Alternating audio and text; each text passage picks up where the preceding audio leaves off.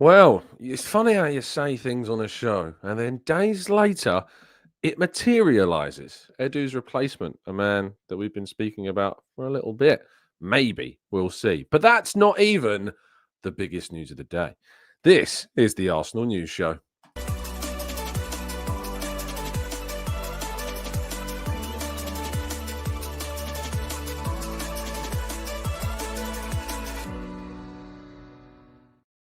Hello and welcome to the Gooner Talk, back again with you guys and girls for another episode of what is the Arsenal News Show. Joining you every single morning at 8 a.m. UK time. Thank you as always for joining me and making this a part of your morning routines. It is incredibly appreciated. I hope you're doing good. I hope you're doing well. Thank you for tuning in. And yes, very much appreciative of you all being here. Good morning to those joining us live in the chat box. Paul, Tom, Mark, Arasilki, Stephen, Paul, Amira, Morgie, Barry, Matt G, Mr. Ree, Rich, Stevie, Errol, Paul, Chaznam, and Colin, who's been a member now for 7 months on the channel. Thank you for the kind support.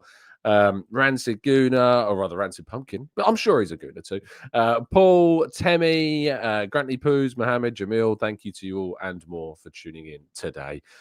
Do make sure you drop a like. Do make sure if you're new to the channel, you subscribe. And thank you for being with us through this international break. It is even more appreciated than usual as we head towards the end of November and the start of December, meaning the return of the Arsenal transfer show as that January transfer window edges ever closer.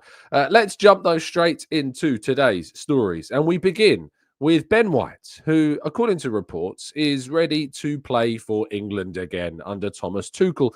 In fact, there's been suggestions that, he's been available for quite some time and that just the measures haven't gone to kind of the stage where he's taken those steps, or the England management haven't taken those steps to reintroduce him. But there's reports going around at the moment that Ben White will be ready to return to the England setup. So good news on that front. I think I'm an England fan. I want to see Ben White playing for England. I know that there's the benefit of him not having to play those games, so he gets the rest that he needs during the breaks. But I think it's a benefit to him having those opportunities. It's more development, it's more improvement, it's more exposure at a high level that's only going to help him grow and develop as a player. So good news, I think, overall, and certainly kind of highlights the issues that existed with the previous management group. And I respect his decision to step away from England when he felt like it wasn't a welcome environment for him. So that's good. On his injury, of course, there's been further discussions and suggestions of the amount of time that Ben White might be out for. It's worth pointing out there's no official word right now on the length of time that he was out. When I spoke to somebody at the club a couple of days ago, the words being used were, "We hope it's not for too long." But then there's been suggestions of 6 weeks, 8 weeks, 10 weeks, even 12 weeks I've seen going around socials yesterday. Let's just wait and see. Of course, depending upon what type of surgery it is, it takes different lengths of time. We imagine that it's a joint issue with his knee, in which case, it's going to be more about building up, the healing process. The reason why ACL injuries, which I don't believe this is, take so long to heal is not anything you can kind of speed up. Like, players don't necessarily return from ACL injuries quicker than others. It's because if you have constructive surgery, which reconstitutes a tendon into the ligament, that's just how long it takes for that tendon to become that ligament. So I don't think this is that situation. If Ben White is able to recover more quickly, of course, that would be a big benefit to us. But we will be reliant upon Jurriën Timber, of course. We'll be reliant on Calafiori coming back. We'll be reliant upon Tomiyasu coming back. But Ben White is likely to be out for this festive period, and that's a frustration. That's disappointing. But it is hopefully a surgery that will see him come back stronger and be with us for a far, far longer period of time. Moving into the world of transfers, though, and according to Sami Mokbel of the Mail, Arsenal are interested in Mohammed Kudus. However, West Ham United are said to be standing firm on that £85 million price tag. Mohammed Kudus would be, as I have talked about on the channel before, one of my, if not my top attacking, versatile forward contenders to join the club in any upcoming transfer window. The idea that Arsenal will have £85 million for Kudus in January is highly unlikely. So I'm sorry to burst that bubble for people. But in the summer, there will be, of course, a lot more financial freedom for Arsenal to attack these primary and marquee deals for players. And certainly Mohammed Kudus, I think, would be an exceptional piece of business for Arsenal to do. Is it frustrating that we couldn't get him those couple of years ago? Of course, but Arsenal didn't have the financial freedom even to go for the price tag he was going for at Ajax. That was the summer window where, of course, that we were restricted to sending a loan offer to Brentford for David Raya. So it's not surprising that we weren't able to do any extra deals at that kind of level, whereas West Ham at the time were. I think that it's really important, of course, that Kudus is a player that we look at as kind of the benchmark. We should be looking at this level of player when we're trying to make signings for the first team squad. That is what is important. But a level, like I expect Arsenal to do business in January. I just don't expect that £85 million, when that is a release clause, of course, that has to be paid in one sum. I don't expect that to be something that Arsenal are able to do during that window. And some people might even argue that Kudus isn't worth £85 million, which also, could be a fair assumption as to why Arsenal may not go that high for the Ghanaian international. But kind of the bigger story yesterday was around Edu's potential replacement. And that is on Roberto Olabe, who is, of course, announced that he will be leaving Real Sociedad at the end of the season. Now, a reliable Basque reporter, Mikel Rechalde, has reported that Arsenal are said to be very interested in potentially acquiring the services of Olabe to be Edu's replacement. Now, we've talked about who and what types of profiles Arsenal should go for this sporting director role. And we talked about at length the need to look into Europe and have a look at the clubs who have progressed up their leagues and had some success with, of course, the deals that they've done, not only in terms of the players that they're buying, but also on the way that they've sold players and the way they've made money from players in the market as well, because they're all going to be, elements of what makes a successful sporting director. Well, Olabe, of course, has done an excellent job with Real Sociedad, and La Real have, of course, won their first trophy in 3+ decades as a result of the work done behind the scenes and the squad that's been built. They've brought through some really good players as well. They've sold players for, very good fees also,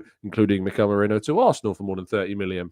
So this, I think, would represent the type of profile Arsenal rightfully are looking at. The idea that Arsenal would be going and getting Real Madrid sporting director or Bayern Munich sporting director, I don't think that was ever really on the cards. And we have already seen, as we've discussed on the channel with Raul Sanyehi, the idea that, just because you bring in a sporting director from one of those clubs doesn't necessarily mean that it's going to cause or create immediate success. You need to bring in someone that's got fantastic experience, but someone, of course, that has already got a good track record of doing the job very well at a good level, at a Champions League club, perhaps. And, of course, Real Sociedad have been a Champions League club for many years because of the work done behind the scenes by the likes of Olabe as well. So let's see what this one... let's see how this transpires. Of course, he's not necessarily going to be happening, but it's suggestions in Spain that Arsenal are interested in potentially speaking to Olabe about the move. And it is suggested as well that he is open to the idea of it, but there has been some suggestions that he's resigned from his position at Real Sociedad to take a period of time off. Whether or not that coincides with, of course, being able to do the Arsenal job, or whether it would be delayed, I don't know. Maybe it means having to convince him to come straight back into work when that wasn't initially his intention. Let's wait and see. But believe it or not, there's even bigger news than that. And that is that Lee Judges is now a model. I'm just going to let that sink in for a second. Lee Judges is now a model. This is international break gold dust is what this is. Look at that man. Look at him. Lyle and Scott have got themselves an absolute gem. While Arsenal might not be doing business in the transfer market, Lyle and Scott seemingly have pulled off one of the signings of the season as Lee Judge. How brilliant is this, though? I love it. It's great. This is one of the best things I've ever seen. Massive love to our good friend Lee Judges. What a picture. What a picture that is. Beautiful. Beautiful scenes. Make sure you subscribe to Lee Judge's channel if you're not a big fan of the big friend of ours here, and of course a lovely man. Right, let's go to part 2 and your questions right after this.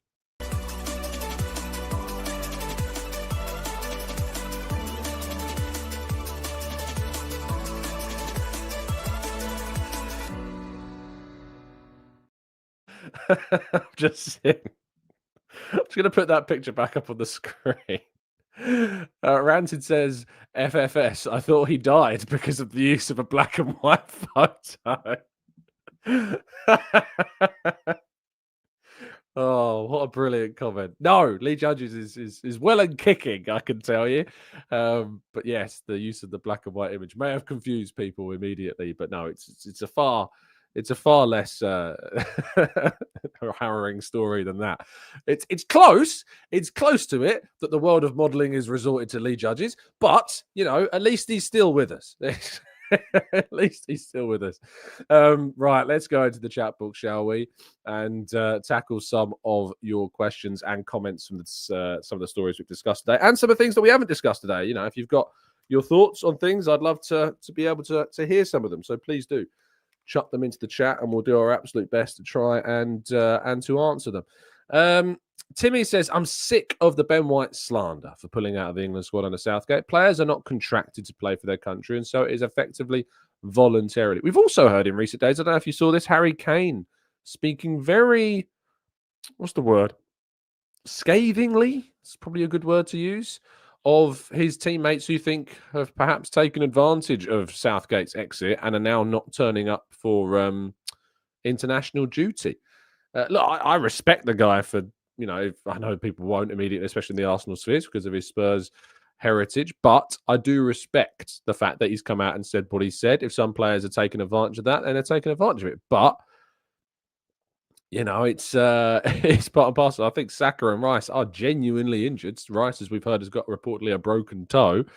Came off, of course, against Chelsea. Saka came off as well against Chelsea. We don't know their status right now. So I don't think that's the case. But has there been players that have maybe been taking it a bit easy over the international break, wanted a bit of a break from football and using the break as its namesake? Maybe. Dara says, Tom, what is your ideal January transfer window and what positions and who in those positions? I mean, I'd love to have the immediate answers, Dara, for you. What I will say is that I did produce a piece yesterday looking at some perhaps creative players that are doing quite well at the moment. And it's one of those players that stands out to me as maybe someone that Arsenal should consider after what we looked at last season and how he performed. And also, of course, he was linked with Arsenal during the summer window.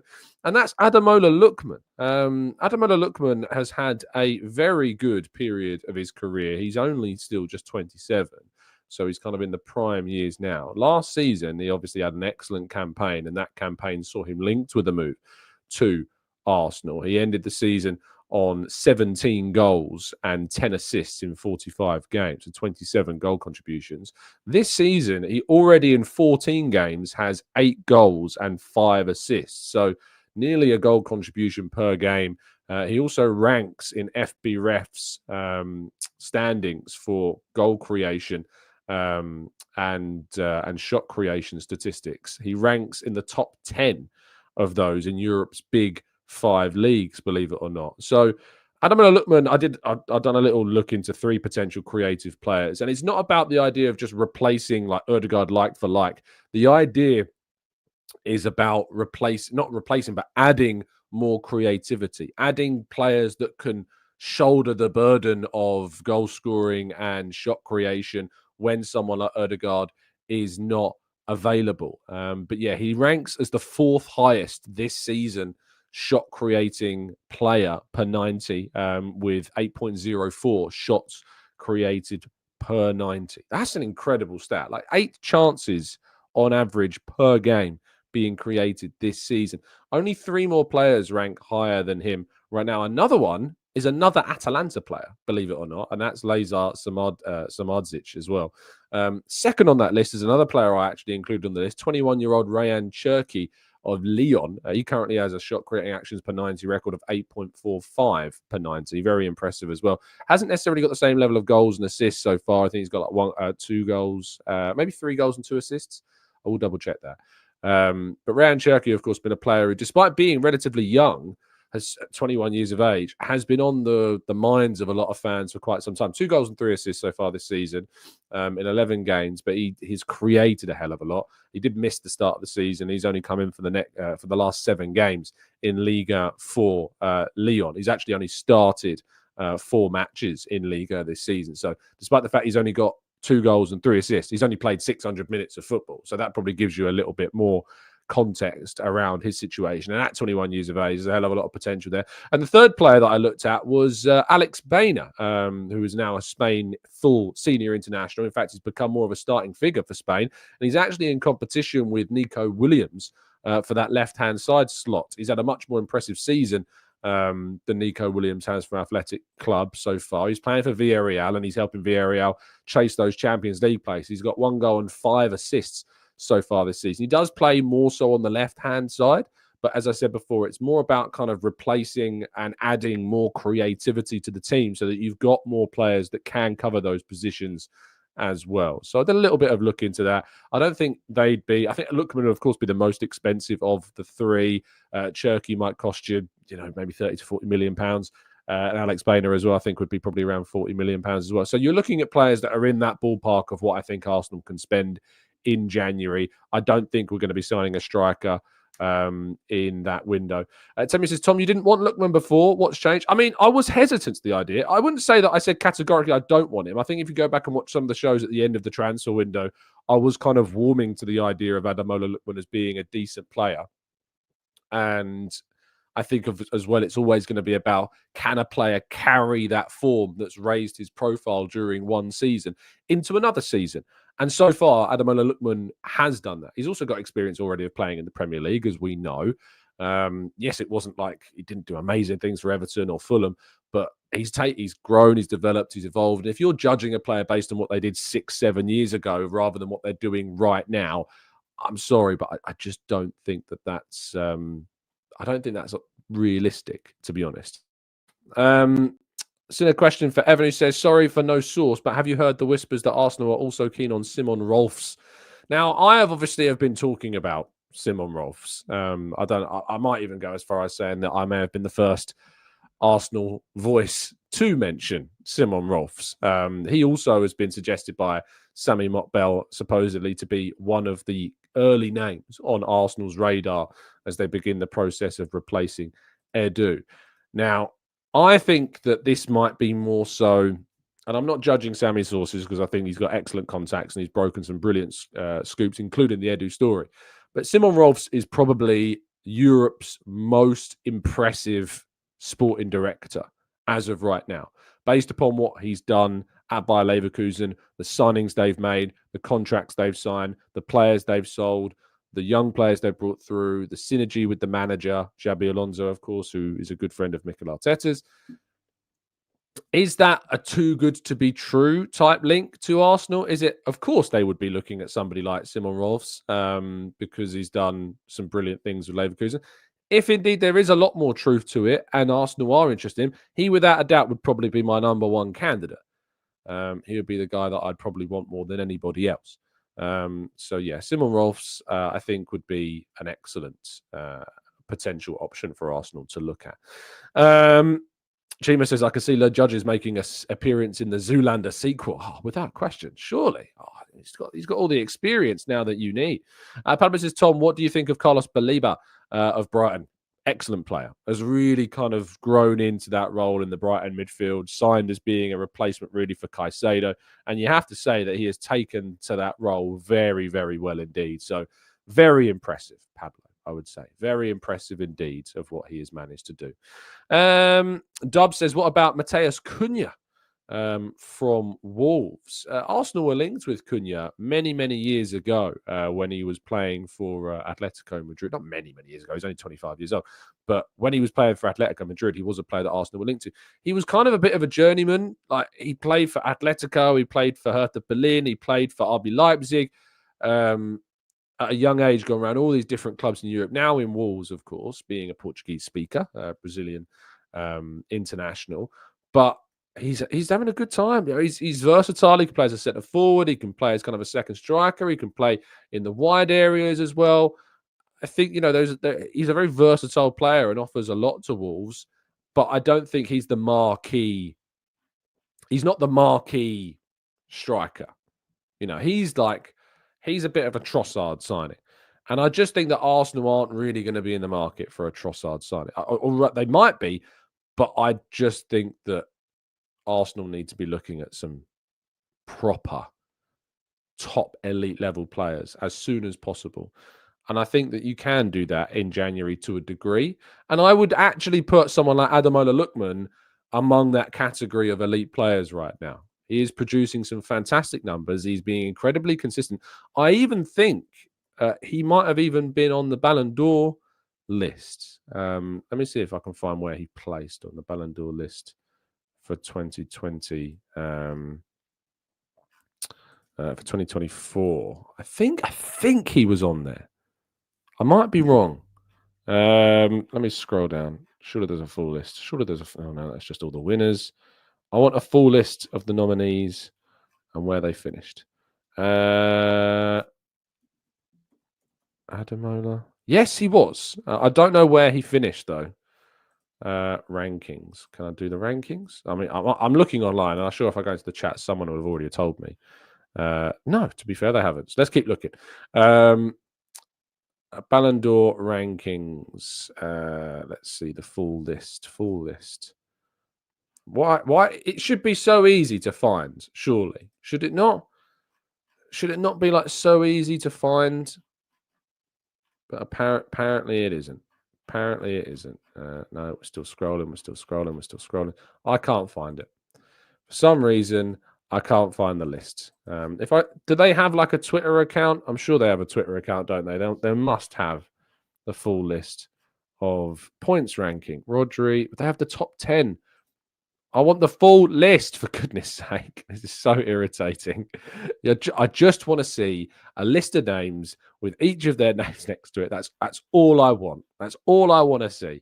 If I scroll down the Twitter page far enough, maybe it will come up. Maybe the full list will come up. Here it is. Full rankings. Thank you. Ademola Lookman finished 14th. 14th in the list. Thank you. I can see people put it in Twitter now. And that means he finished higher than any Arsenal player this year.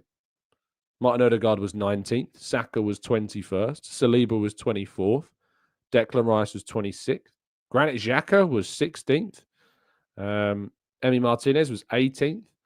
Any Arsenal player, both past and present, other than Harry Kane, you could argue, finished lower than him. And Rand saying it's because he won a trophy. Of course, like he scored a hat-trick, by the way, in that Europa League final. So it's not a case of he just won a trophy. He scored the hat-trick to beat the unbeatable Bayer Leverkusen last season.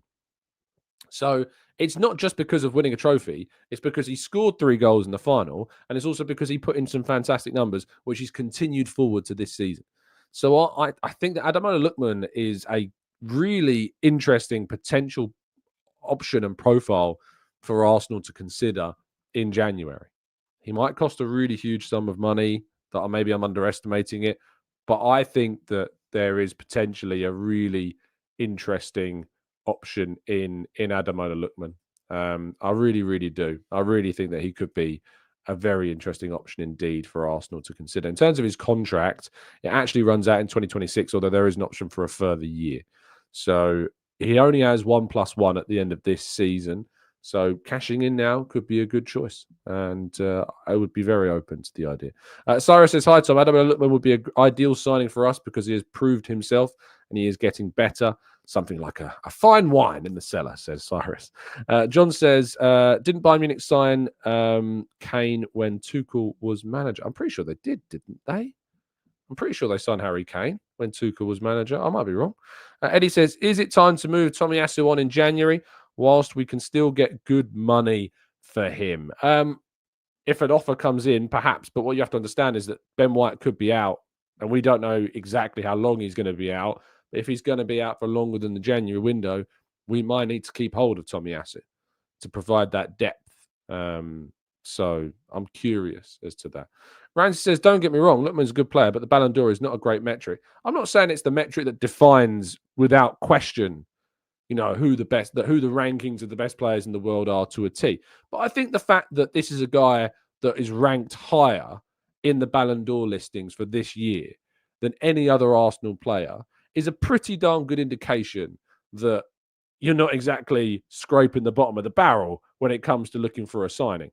I think it's a pretty good indicator in terms of that you're looking in the right ballpark for players that you could think that would improve your squad. So I get what you're saying, Rancid, but I do think that the Ballon d'Or, while it's not a metric of saying categorically this is the list of how good the players are in the world, but what I do think it does is it shows you exactly kind of the who are in the ballpark of the best players right now. Pablo says Brighton always seems to get these good midfielders. Why can't Arsenal tap up their scouts? Because they're so good at spotting good players. Pablo, a lot of people have what I think is called the Brighton glasses on. So this is something where basically people see the business that Brighton do, the signings that Brighton have made in recent seasons, going back perhaps as far as 2020. And if you have a look at the signings that they've made, you see that there are these success stories like Baliba, like Cucurella, like Ben White, Ben White less so, I guess he came through there, but like who else am I forgetting? Kaoru Matoma, like McAllister. And the reality is, for every single brilliant signing that we've seen them, bring in, and for every, piece of business that we've seen them do, they have also had a lot of players that haven't worked out, almost as many. And you'll see them lose players on small deals and, to small amounts of money, like Andy Zakiri. Do you remember him? Probably not. Aaron Connolly, Raider Kadra, Michael's Carbonic. Like, these are all players that you haven't heard of because they were signed for small amounts of money and they haven't worked out. Now, all these other players, like Baleba, for instance, who was signed for £25 million, like, this wasn't like a cheap deal for Brighton to do. He was signed using the money that they got from Moises Caicedo. So they've started to level up what their investments are. You look at the money they spent on João Pedro and on Jorginho Ruta, Yakuba Minta. They have stepped up what they're investing in those players. But also five years ago, when Brighton would sign a player that Arsenal would sign, like if you compared Caicedo compared to when Brighton signed him, when they signed Caicedo, they were able to put him straight in the team. He went straight into the Brighton midfield because he was good enough, and that was kind of that level. Whereas if you'd have happened at Arsenal, he wouldn't have played anywhere near as regularly for us as he would then. So he may not have become the player that he did for Brighton, as in the same way that he did for us. So Arsenal and Brighton, especially 5 years ago, Arsenal can't act in that way. Arsenal can't sign players in that same way because there isn't the capacity in the same way for Arsenal to play them like there is for Brighton to play them. So signings-wise, it's a different ballpark. Like, Arsenal are doing business in realms that Brighton are aiming to reach.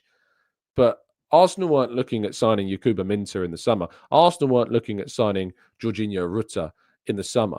Arsenal weren't looking at signing Mats Vifa in the summer or Brian Gruder in the summer. Arsenal weren't looking at doing those deals. Brighton spent around £200 million, believe it or not, in the summer. But none of those signings that they spent £200 million on, you're looking at players that would get into the Arsenal team right now. Rutter's not getting in over Havertz. Minter's not getting in over Saka. Vifa's not getting in over our midfielders. Gruder's not getting in over any of our wingers. Cadiolu's not getting in over any of our fullbacks. Like, they spent £200 million, but none of the players they've signed are getting in and over any of the players that we have right now. And that's the difference between them. Now, it might be that in 2 years' time, or even 1 year's time, those players prove in the Premier League that they are good enough to be Arsenal players. But at the point at which Brighton signed them, even now, when they're stepping up kind of their level of recruitment, they're not. They're still not signing players that are going to be getting into the starting 11 at Arsenal. So that's why the scouting and the recruitment at those two clubs, despite the success and the brilliance of Brighton's recruitment, that's why there's a difference between the two of them. And that's why it's not as simple as we should just go out and get Brighton scouts because they continue to find these absolute gems and stars. The pathway isn't the same. The development isn't the same. The utilization of the players isn't the same. And it's just not able to be done. We're not fortunate in the same way like clubs like Bayern Munich have been, or like Ajax have been in the past, teams that dominate their leagues. And so they're able to bed in young players and get them the opportunity to play against top opposition or play in the Champions League. and still be winning games hand over fist like those teams have done in the past. Less so more modern times of Ajax, of course, since their recent slump. But you think about the days that Ajax got to a Champions League semi-final, and they did that with players like Donny van der Beek and Matthijs de Ligt and Frenkie de Jong.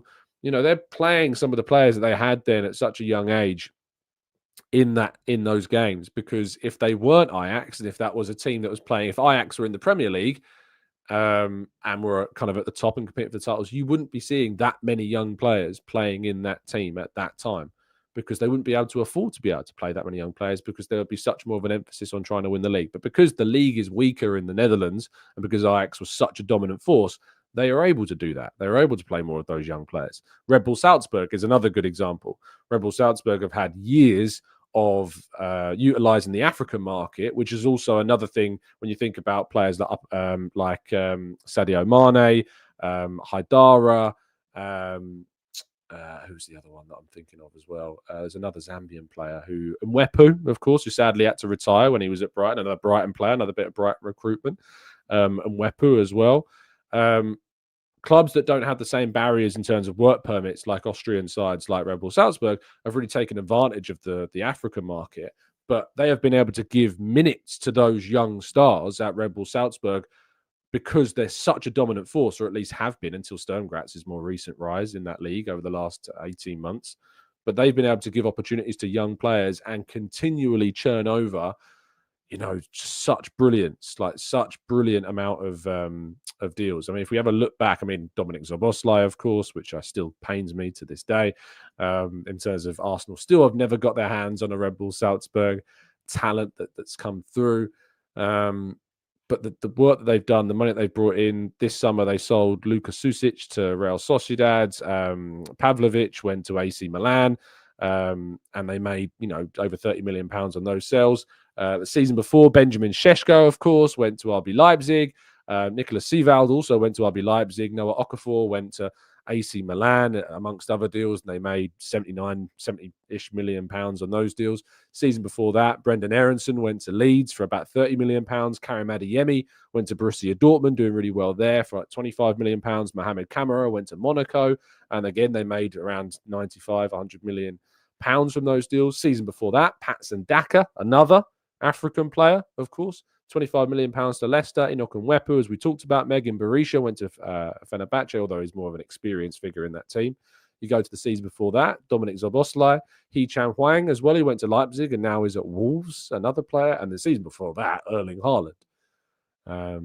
Incredible talent, of course, that came not really through the academy at Salzburg, came through more in Norway and with Mulder, of course, and then moved to Salzburg, where he developed and was able to dominate. And Haaland owes a lot of what he was able to do to Salzburg, because at that young age, he was able to get a platform to play in the Champions League for Red Bull Salzburg, whereas if he stayed maybe so at Mulder, that wouldn't have been the case as much. Yes, he would have been more dominant in the Norwegian league, but Salzburg were at that time, more so than they are now, are actually a competitive side in European competition. Salzburg were beating teams. Salzburg had a brilliant home record in Europe. They weren't losing games, even when they were coming up against huge oppositions.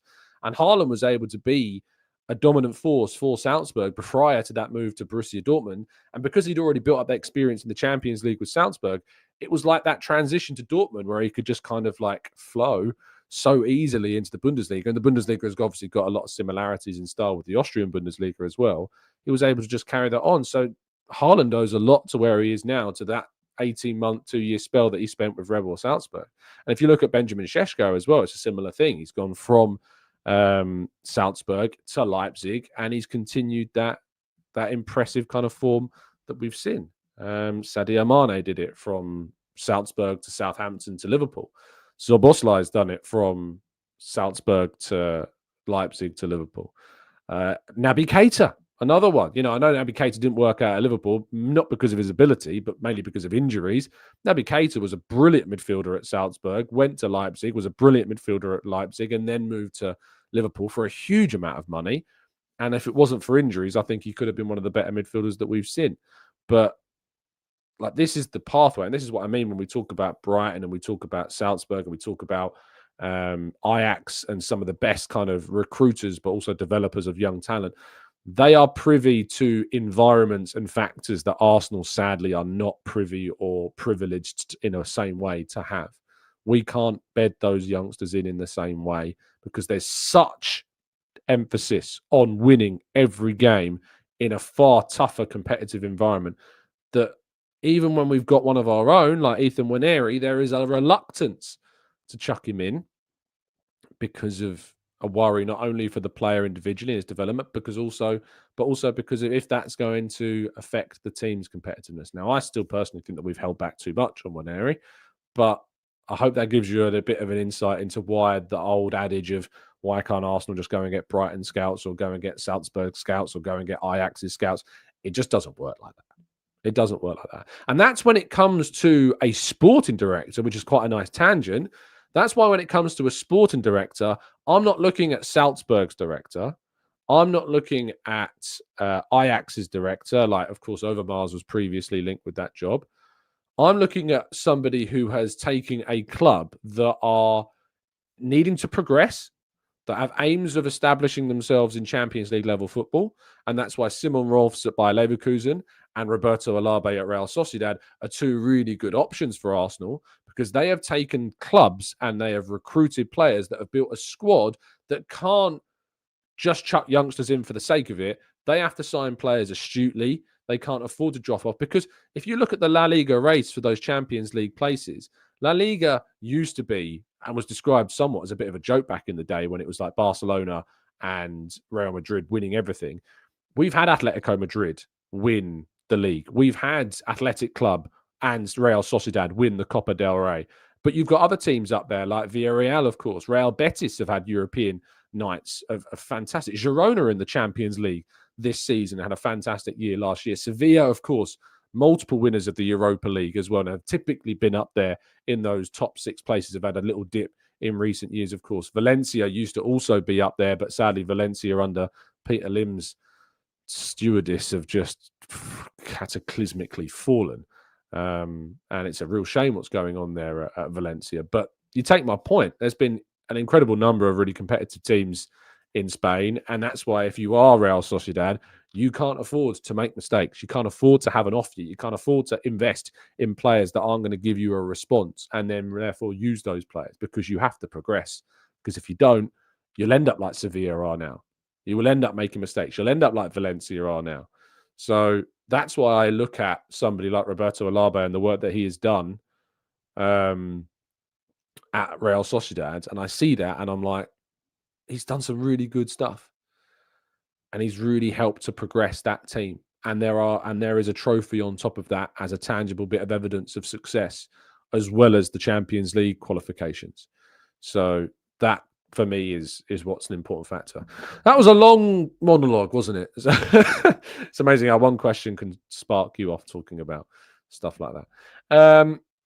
Dara says, okay, fine, Tom, you've sold me. Go and get Simon Rolfs. I'd happily hope, I'd love to see that happen. I don't know how realistic that is, though. Ken says, morning, Tom. For which players should the club be working on renewing the contracts of? Of course, Saka, Saliba, Gabriel are all players I think that Arsenal need to be thinking about their contract situation. Leandro Trossard is another one whose contract is not particularly long. So we also might need to be able to think about Leandro Trossard's situation. It's worth pointing out that there are other players whose contracts expire at the end of this season. Jorginho, Partey.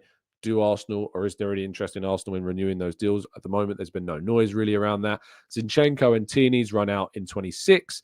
So does Tomiyasu, although I think there's an option to extend that through to 2027. Gabriel Jesus runs out in 27, as does, I said, Saka, Gabriel, and Saliba, and Martinelli, all running out in 27. So we may now have to make some decisions there and try to renew them. To my understanding, there has been suggestions about Gabriel being in talks for a new deal. So far, no breakthrough. Beyond that, you got your 2028s, which are Raya, Havertz, Odegaard, Ben White, Mikel Merino, Declan Rice, Timber, Kivior, Calafiori's 29.